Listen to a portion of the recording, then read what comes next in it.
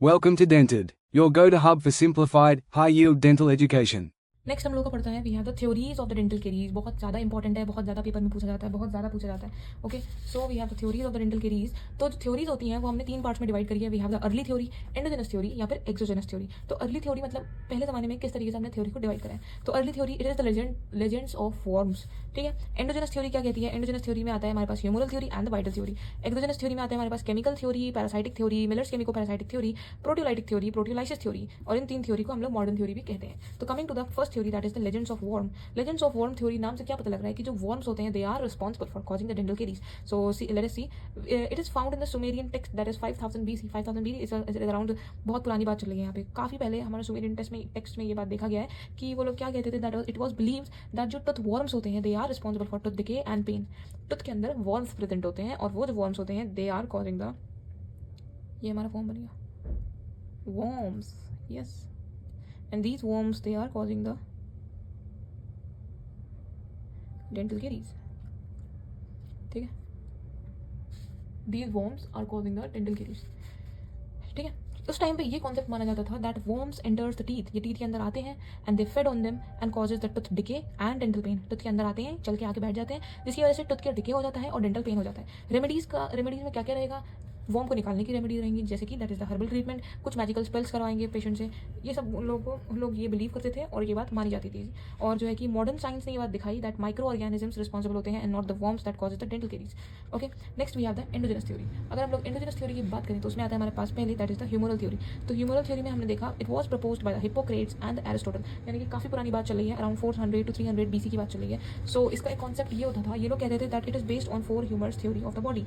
4 humours इन लोगों ने बनाए थे, that is the blood, phlegm, yellow bile and the black bile. और कोई भी इम्बैलेंस इन सब में से किसी भी चीज़ का इम्बैलेंस होता था तो मेनली तो ये लोग कहते थे इम्बैलेंस अगर किसी भी एक चीज़ का होगा तो डिजीज हो जाएगा। तो केरीज भी एक डिजीज ही माना जाता था, तो इसलिए ये लोग कहते थे कि डेंटल केरीज होगा अगर इनमें से किसी भी चीज़ का इम्बैलेंस होगा। ठीक है, नेक्स्ट वी हैव द, इसमें हमने फिर आगे क्या पढ़ा that any imbalance of these humours causes the disease. They believe that the humours causes the putrefaction and decay of teeth. Humours जो है हमारे, ये इनकी वजह से क्या होता है, हमारे प्यूट्रिफैक्शन यानी कि दांत सड़ जाता है एंड डिके ऑफ टीथ हो जाता है। और ये एक सिस्टेमिक कंडीशन है, ना कि एक लोकल फैक्टर है। हमारी बॉडी में कोई डिजीज होता है जिसकी वजह से केरीज होती है, ये लोग ऐसा मानते थे and it did not explain why caries affect specific teeth.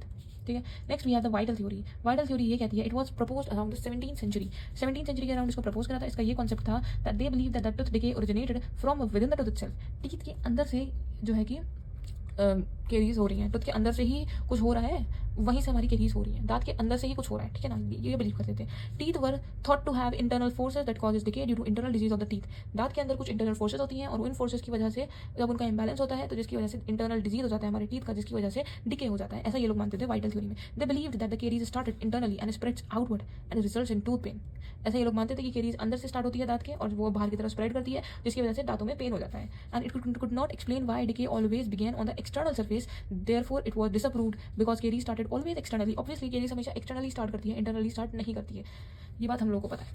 Next we have the exogenous theory में हमारे पास पहली जो थ्योरी आ रही है that is the chemical theory. तो जो केमिकल थ्योरी है वो क्या कहती है, it was proposed by the Parmly in the early 19th century.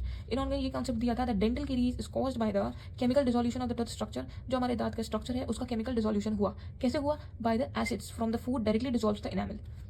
जो हमने खाना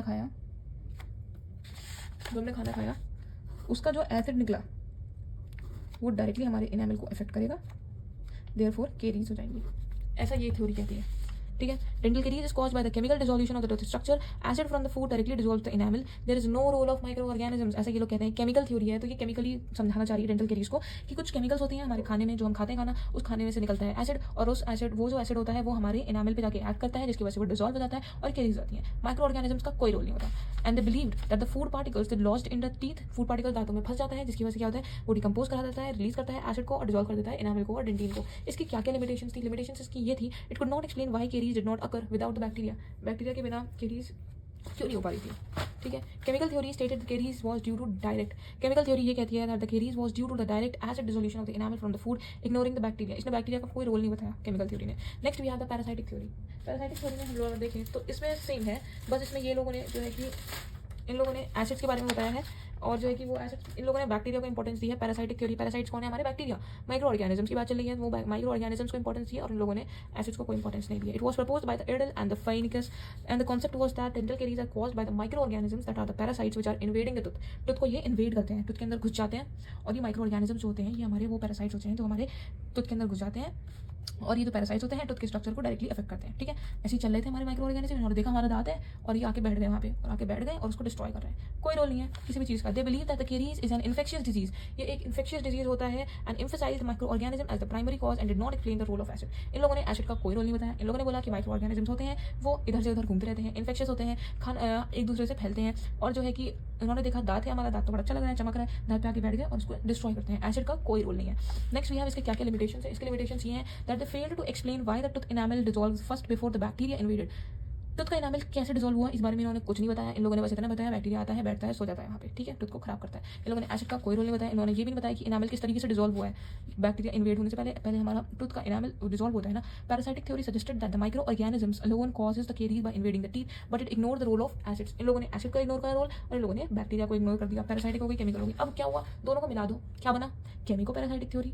that is the next theory, that is the modern theories. Modern theories में हमारी पहले आती है that is the Miller's chemico parasitic theory. तो मिलर्स केमिको पैरासाइटिक थ्योरी है, या फिर हम इसको एसिडोजेनिक थ्योरी भी कहते हैं। ये मोस्ट एक्सेप्टेड थ्योरी है, और जो है कि अभी भी इसी को माना जाता है, शायद नहीं, ऑलमोस्ट इसको ही कंसिडर किया जाता है mainly. It was proposed bye W.D. Miller in 1889। It is most widely accepted theory of the dental carries, क्योंकि इसने केमिको और पैरासाइट को दोनों को मिला दिया था। कॉन्सेप्ट इनका ये था that dental carries is caused bye, dental caries कैसे कॉज हुई? Bye the micro organisms in the mouth, जो हमारे माउथ में माइक्रो ऑर्गेनिजम्स होते हैं उनसे हुआ। पहली बात, माइक्रो ऑर्गेनिज्म वाला पॉइंट खत्म हो गया, ठीक है। फर्मेंटेबल कार्बोहाइड्रेट से होता है, acid formation and demineralization of the tooth by these acids. पहली बात, जो माइक्रो ऑर्गेनिजम्स थे माउथ में उनसे हुआ, उन माइक्रो ऑर्गेनिजम्स से हुआ, वो तो है ही प्रेजेंट, ठीक है। फर्मेंटेबल कार्बोहाइड्रेट्स, हमने कार्बोहाइड्रेट्स खाए, वो फर्मेंट हो गए, उनके फर्मेंट होने से क्या बना? एसिड। वो जो एसिड बना उसकी वजह से क्या हुआ? डीमिनरलाइजेशन हुआ। डीमिनरलाइजेशन हुआ टूथ का बाय दीज एसिड, जिसकी वजह से बैक्टीरिया ने इन्वेड करा। इन टोटल हमारी मिलर्स केमिको पैरासाइटिक थ्योरी ये सब कहती है। सो वी हैव इसके ऊपर अकेले में ये थ्योरी शॉर्ट नोट में सिर्फ यही आ सकती है, ठीक है। तो द प्रोसेस इन्वॉल्व्स 2 स्टेजेस। ये बहुत इंपॉर्टेंट थ्योरी है हमारी। 2 स्टेजेस होते हैं। पहला है decalcification, that is the preliminary stage. सबसे पहले इनामल को तोड़ना है। इनामल को तोड़ेंगे तभी तो बैक्टीरिया इन्वेड करेगा। तो इनामल कैसे टूटेगा? Acids dissolves the inorganic enamel and dentin, and this produces the initial softening. जब हमारा इनामल थोड़ा बहुत सॉफ्ट हो जाता है तो क्या होता है? Dissolution of the organic matrix. Organic matrix हमारा डिसॉल्व हो जाता है, that is the subsequent stage. Micro organisms और एंजाइम्स जो होते हैं वो डिस्ट्रॉय करते हैं हमारे सॉफ्टनेड ऑर्गेनिक रेजिड्यूज को, जिसकी वजह से कैविटी बन जाती है और उसका प्रोग्रेशन हो जाता है। Now according to Miller there are 3 factor which causes the tooth destruction in the dental caries. 3 factors कौन कौन से होते हैं? That is the dietary carbohydrates, जो हम खाना खाते हैं, कार्बोहाइड्रेट्स। दूसरा, microorganisms and the acids which is produced by the food. Okay, we have the role of carbohydrates. Carbohydrates का क्या रोल है? ये रोल है कार्बोहाइड्रेट्स का that the fermentable dietary carbohydrates. अगर हम फर्मेंटेबल डाइटरी कार्बोहाइड्रेट्स जो हम खाते हैं जिसकी वजह से एसिड प्रोड्यूस होता है, they play an important role in the causation of the dental caries. Cariogenic carbohydrates, जो कैरियोजेनिक कार्बोहाइड्रेट्स होते हैं, that is the sugar and the refined food.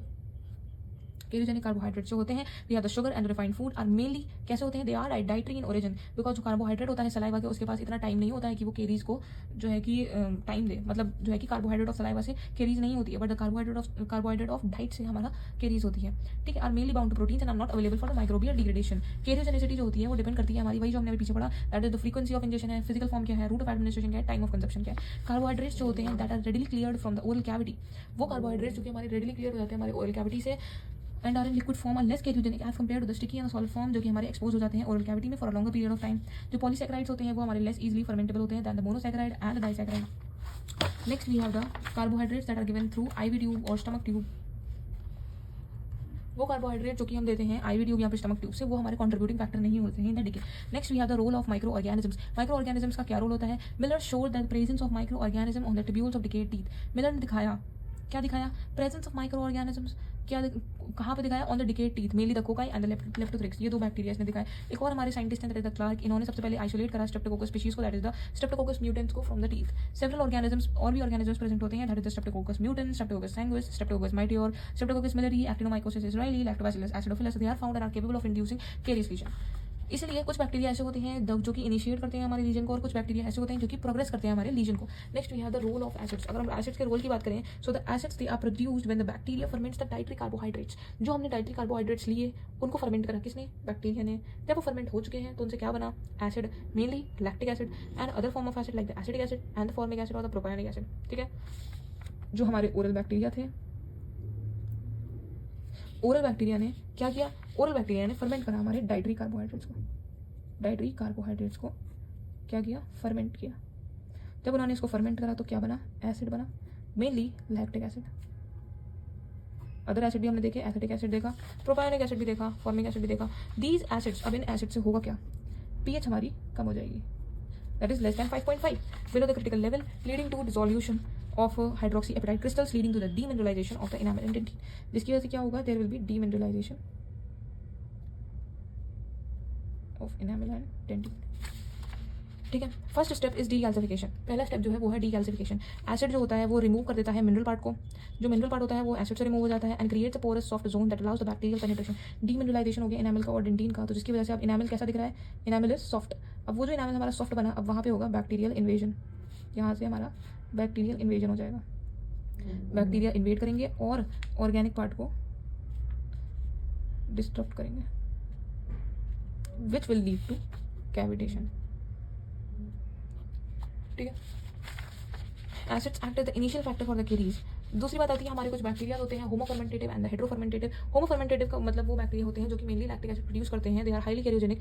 और जो है हेट्रोफर्मेंटेटिव वो बैक्टीरिया होते हैं जो कि लैक्टिक एसिड के साथ अदर एसिड्स भी बनाते हैं, they are less cariogenic. Next we have the homolactic and heterolactic fermentation. ये टर्म यूज हुए थे इसलिए मैंने इनको यहाँ पे एक्सप्लेन करा है। होमोलैक्टिक का ये मतलब होता है कि मेनली ग्लूकोज बनता है और जब मेनली ग्लूकोज बनेगा तो डेफिनेटली हाईली कैरीज पोटेंशियल रहेगा। और हेट्रोलैक्टिक फर्मेंटेशन का मतलब ग्लूकोज के साथ साथ lactic acid, ethanol and CO2 भी प्रेजेंट रहेगा। Next we have the limitations क्या है हमारी मिलर्स केमिकल पैरासाइटिक थ्योरी की। लिमिटेशंस ये होती है इसकी that it did not explain why some surfaces remains caries free. पहली बात, इसने ऐसा नहीं बताया कि कुछ सरफेसेस हमारे टिप के कैरीज फ्री रहते हैं और कुछ नहीं रहते हैं। And it could not explain the arrested carries के बारे में इसने कुछ नहीं बताया। इसने हमें बिल्कुल भी नहीं बताया, स्पेसिफिक बैक्टीरिया को आइडेंटिफाई नहीं करा है और क्यों कुछ पॉपुलेशन कैरीज फ्री होती हैं और क्यों कुछ पॉपुलेशन कैरीज प्री डायरेक्टेड होती हैं।